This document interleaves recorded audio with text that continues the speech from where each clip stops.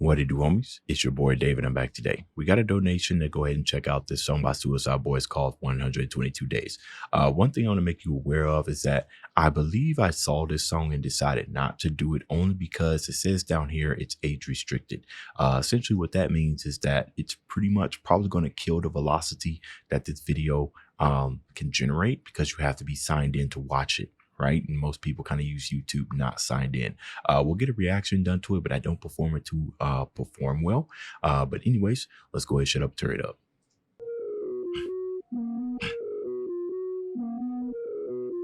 Oh yeah, I couldn't find an actual lyric video by them.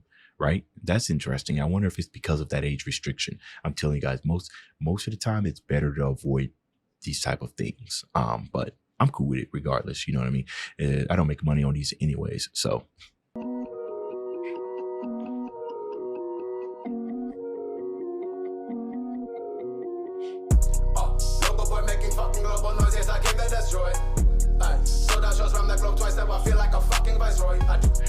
my goodness, bro. I didn't think the beat was going to come in that hard. Hold on, Ruby. God, that kick came in. Just absolute. This is one of their longer songs too.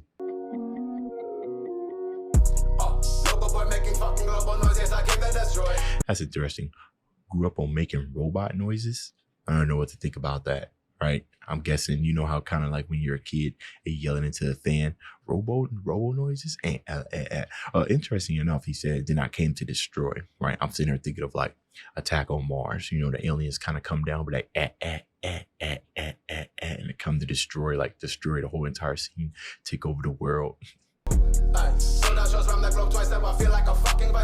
Okay.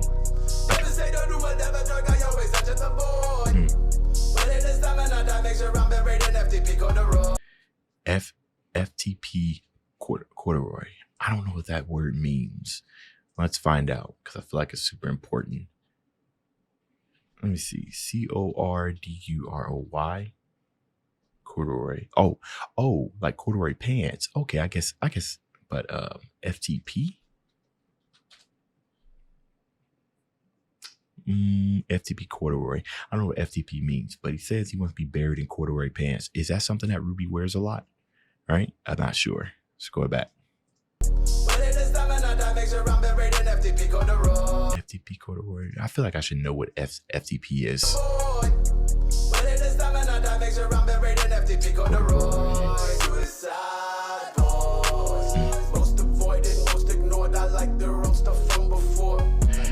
That's kind of crazy. I like their old stuff for before, right? Because I know that it was Ruby that was trying to get sober and everything. I'm guessing like as far as the substance in their lyrics, right? Because it kind of changes. Some people was kind of latching on to the, mostly like the drug infused or whatnot. But Ruby, I believe it was Ruby, was trying to get sober. Right now, I don't know how long he's been sober because this song was what originally... I don't know when it originally was released and everything. But I think that's got a lot to do with people saying, I like your stuff before, I like the stuff before, I like this before. It's kind of crazy getting those type of messages, right? When you see like one of your favorite artists trying to change for the good, right? And you would hope that you would start trying to embrace, right, the change that's coming from him attempting to have a better life, like having better health, right? Because as much as we like their music, we want them to be around for the long time. So I always thought that kind of saying was kind of weird, I mean, artists change with times. It's just something that happens, but in this case, I'm guessing, I'm just speculating that that's the reason why some people like their stuff before. And, trying to go clean is a major life change. It will change a lot of things, especially what you rap about. Most ignored, I like the real stuff from before. I do. That's interesting. He said, I do. Like, he even likes his stuff from before. Not even just a fan saying that. From before, I do. Freud? Like Freudian?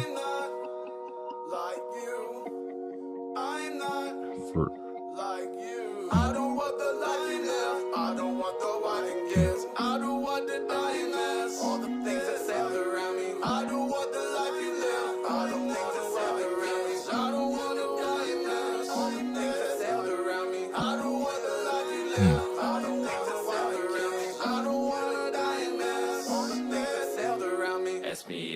Oh, Slick Sloth. Who is Slick Sloth? I didn't know there was somebody else in here. There was just Scrim and Ruby. This is somebody new. Okay. Interesting. He keeps repeating this. I'm not who I thought I was anymore. Right. We all kind of get into that idea where midlife crisis, right? That's something that will bring on this type of saying right here. I'm not who I thought I was anymore. Like, I mean, not necessarily midlife crisis, but you guys know what I mean. Where you're looking for a change. You just wake up and be like, all right, what am I doing? You know?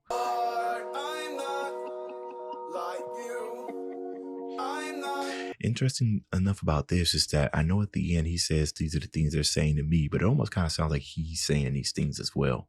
I honestly do not know if Scrim or Ruby have kids. Y'all let me know that. Because it doesn't make sense to me because I don't think Ruby has kids, but he probably does. I don't want the life you live. I don't want the wedding gifts. I don't want the diamonds. All the things that stand around me. I don't want the life you live. I don't want the stand around me. I don't want the diamonds. All the things that stand around me. I don't want the life you live. I don't want the wedding gifts. I don't want the diamonds. All the things that stand around me. Ask me if I'm happy, stupid motherfucking question. No pity needed, fighting go, man. I was sad, it was sad. Running drugs up on my bike, you know I had a weapon. And them drugs became my obsession. Nobody could say they gave me a fucking thing. Got it from the mud, now I'm a G.O.D. Hold up. Yeah, that's interesting. That's like a kind of like rapping with a different type of conviction when people say that. Like nobody can say they gave me an effing thing, you know, and you kind of start dwelling on the things that got you to where you are. I feel like you rap with a little bit more conviction because you feel like you haven't gotten any handouts. But generally, we find that people who don't get the handouts have to work, you know, intensely more to get to where they need to be. And sometimes they'll fall in kind of like your common pitfalls that most people fall in on their way up to success. Right. Because whenever I'm listening to somebody and they're including these type of things in their lyrics, like when they say nobody gave me a thing, or they'll say something like I got pulled up from the dirt. Right. When we think about the lyric writing aspect of things, decision making of they could have wrote anything on there, but they wrote this. That means that it has it means a lot to them, right? When you think about how they could have just wrote anything. And I find that people who, you know, don't get any type of handouts, you know, people who pretty much work from the ground up generally have the most substance in their lyrics. Generally, okay, not always. Got it from the mud, now I'm a G.O.D. Hold up.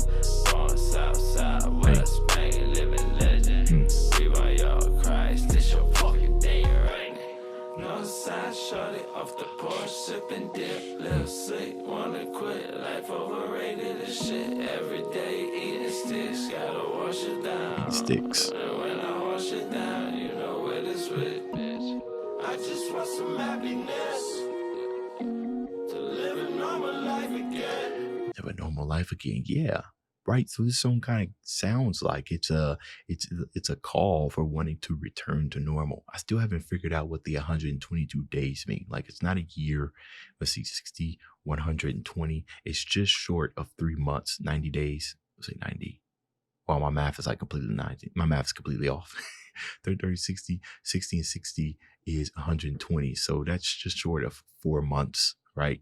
What else could it mean? 122 days. It could mean maybe it's how long he's been sober, or the last time he's used and everything. But I'm starting to get the idea of what this song is about, right?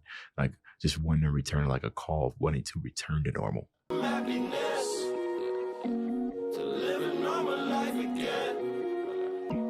See, lately do nothing. Talk with my cousin like he actually my cousin. I said. Slip right into nothing. Talk with my cousin like he's actually my cousin. That's interesting. It's like talking with your family members, but not acting like they're your family members. I'm sitting here thinking that the only time I would be in a situation like that is, let's say that I was running a business or something like that, and I was running it with my family members. Sometimes business can kind of get in the way of family, right? And I'll start talking to my family like they're employers, right? As I probably should. you know, because it's a business at the end of the day. And I'm not really talking to them from a family aspect, because the business part of it can become so overwhelming to where I don't even see this person as a family member anymore. All right, I kind of see them as a disappointed, and that might change my overall look on my family member. Right. But in this case, slip right into nothing, want to feel happiness, talk to his cousin. Um, I don't know what role his cousin had that's making, I think it's either what was his name? What was the guy's name that's talking? Where am I at? 213 Slick. I don't know who's, I think it might be Ruby and Slick here saying this. I don't know what role his cousin played in him to make him feel like he's not talking to his cousin, not treating him as he was family. But that's interesting. Sleep late and do nothing. Talk with my cousin like he actually my cousin. Another thing about this is that he said slip right into nothing. So I know sometimes, you know, whenever you're consuming, you know, these things, that generally you consume them to slip into nothing, right? But I guess it gets to the point to where that nothing actually becomes something that you're craving when you, not craving, but it becomes like this feeling that you're chasing whenever you do these consumes, to where it used to be nothing, but now it's full of chaos. Maybe coming down from it, you want to feel nothing, right? Because I'm sitting here thinking about the state that I'm in right now, right? I don't consume anything. Do I feel that state of nothing? I guess I don't feel anything. I guess that's the point, right? I'm not high. I'm not drunk. I'm not anything. I'm nothing. So I think nothing he means here is normal, not necessarily absent of emotions, but level headed, if you will. Maybe. I don't know. I might be going way too deep into this. We're already at 12 minutes. I feel like I ain't saying nothing. I just want some happiness. Live a normal life again. Sleep late and do nothing. Talk to my cousin like he actually my cousin.